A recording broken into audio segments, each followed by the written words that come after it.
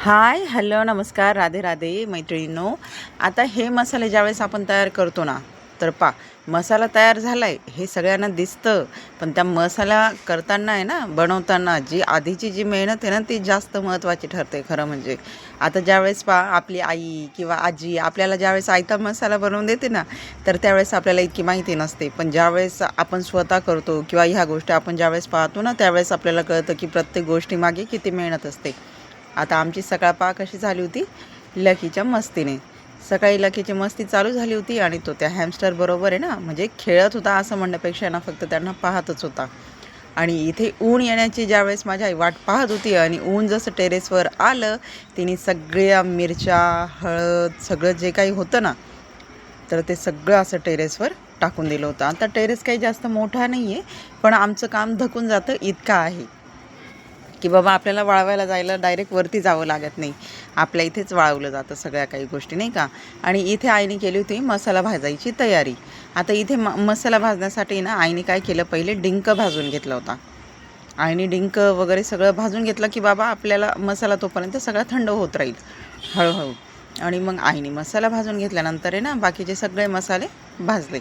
आणि ज्यावेळेस आपल्याला सगळं म्हणजे आता हे मसाले वगैरे हे काहीच माहिती नसतं. हे तर मला खरोखर काहीच माहिती नव्हतं, जोपर्यंत आई स्वतःच बनवायची आणि स्वतःच मला घेऊन पण यायची घरी, नाही का. ती स्वतः घरी बनवायची आणि मग मला घेऊन यायची. पण नंतर म्हटलं की नको, तू मला करून दाखवत जा, म्हणजे मलाही लक्षात येईल आणि नंतर आपल्याला मुलींना शिकवायलाही सोपं. नाहीतर मग आपल्याला येतच नाही आहे, त्याच्यामुळे आपण मुलींना शिकवतच नाही आहे असं होऊन जातं. त्याच्यामुळे ह्या गोष्टी आपल्याला पण जमायला पाहिजे. पण मला कितीही प्रयत्न केला ना, तरी मलाही ह्या गोष्टी जमणार नाही आहे, हे नक्की, हे 100%.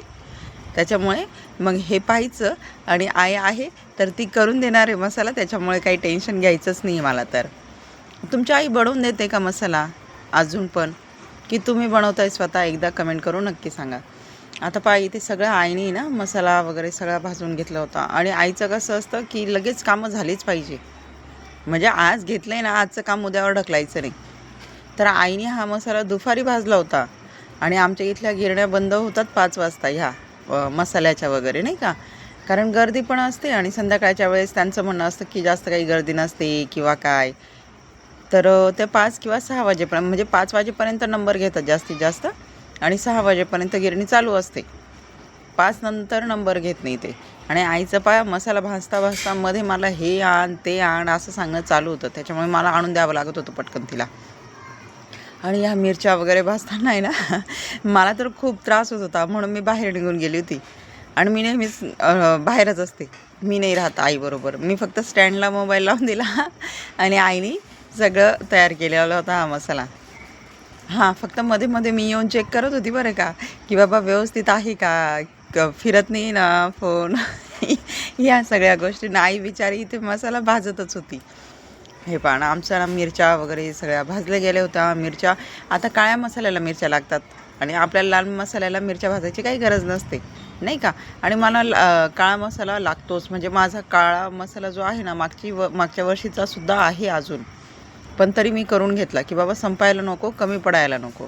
कारण खिचडीला, उसळीला, आता नॉनव्हेजच्या भाज्यांना मला काळा मसाला लागतोच. त्याच्यामुळे हा मसाला खूप गरजेचा आहे. आणि लाल मसाला पण आमचा आहे ना, मागच्या वर्षी जसा केला होता ना, तर तो काय माहिती कसं काय लवकर संपला. हां, पण मुलीला दिला किंवा काय, त्याच्यामुळे तो थोडासा कमी पडला होता. त्याच्यामुळे मी काळा मसाला ह्यावेळेस थोडासा जास्तच करून घेतला. आणि ज्यावेळेस आई आवाज देत होती ना, तर त्यावेळेस येत होते मी फक्त. इथे झाल्या होत्या आईच्या मिरच्या भाजून. आणि आता ह्या मिरच्या वगैरे सगळ्या भाजून झाल्यानंतर हा मसाला थंड झाला. आणि आई किती वाजता, आम्ही 4 वाजता गेलो मसाला दळायला. 4 वाजता तर मसाला दळायला आम्ही. आणि बरं की बाबा 5 वाजेपर्यंत नंबर घेत आहेत ना, म्हणून मग लवकर जायचं होतं माझ्या आईला. 4 वाजेनंतर किंवा 5 वाजेनंतर नंबर घेणार नाही. इथे माझी पण धगधग. आई आणि मुलगी दोघीजणी पुढे निघून गेल्या आणि नंतर माझ्या मागे लावून दिलं हे पोतं तू घेऊन ये मिरचींचं, नाही का, की बाबा आम्ही नंबर लावतो. हळद किंवा लाल मसाला, काळा मसाला त्या घेऊन गेल्या होत्या आणि हा लाल मिरचीचा मसाला जो होता ना, कडक मिरच्या, त्या माझ्याकडे होत्या. असं करत करत मी तिथे पोहोचली आणि तेवढ्यात मुलीने माझ्याजवळ ती म्हणजे घेऊन घेतलं ते पिशवी. इथे आहे आई आणि मुलगी यांचं चाललं आहे इकडे पाय तिकडे पाय, किंवा मसाला दळत आहेत की नाही, नंबर लागला आहे की नाही, सगळं पाहणं चालू होतं दोघींचं. आई कधी शेवाळ्यांच्या ठिकाणी जाते, शेवाळ्या तर आमच्या झालेल्या होत्या, पण तरी पण तिथे जात होती की बाबा हां हे पण किती वाजेपर्यंत असतं किंवा काय, सगळी माहिती जमा करून घेते ती, सगळी माहिती. आणि मी इथे आरामात बसलेली होती. आई आणि मुलगी करतायत काहीतरी कामं, करू देत, मी आराम करून घेते. इथे आई पण उभी आहे, मुलगी पण उभी आहे. आणि अशा प्रकारे तो मसाला तयार झाला होता. आणि मसाला तयार झाला तर काळ्या मसाल्याची पहिली जी बनते ना ती खिचडी, कारण खिचडीच खायची असते मला काळ्या मसाल्याची.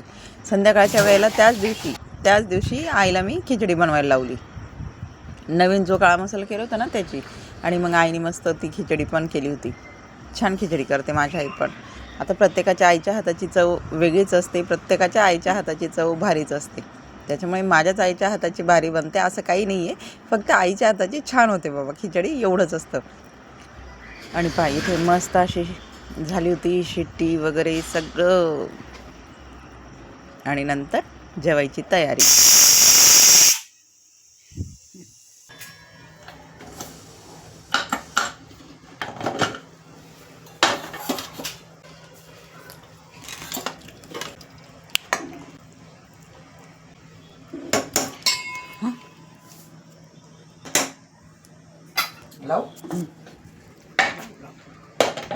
चला मंडळी, या जेवायला.